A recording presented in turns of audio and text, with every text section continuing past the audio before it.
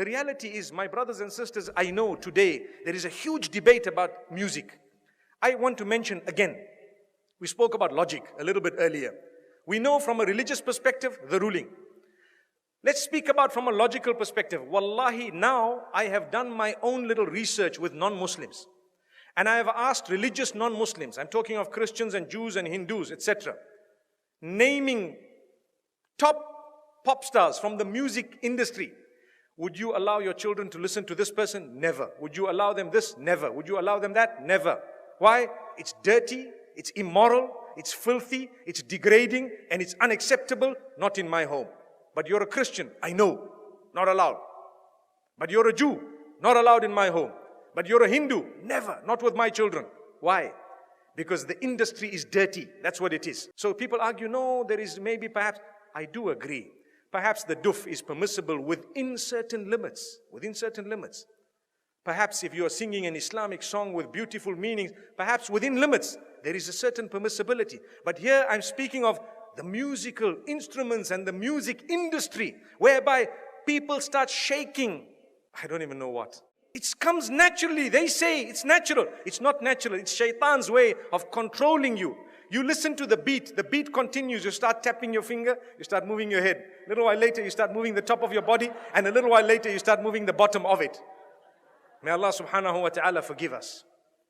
And the words have become so dirty, my brothers and sisters, that it is a sign of the hour. And people say, nothing wrong. My brother, you have a beard that reaches the ground and you're still bopping. Astaghfirullah. May Allah forgive you and forgive all of us. You cannot do that.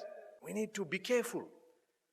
I want to teach you something very, very beautiful. Why don't you replace that with the Quran? Melodious recitation. Listen to Ra'ad al-Kurdi. Listen to anyone else that you would perhaps like, Sa'ad al-Ghamidi. Beautiful recitals of your choice. Abdul Basit, Abdul Samad, whoever else you like. There will be so many people. Replace it. It's beautiful. It's soothing.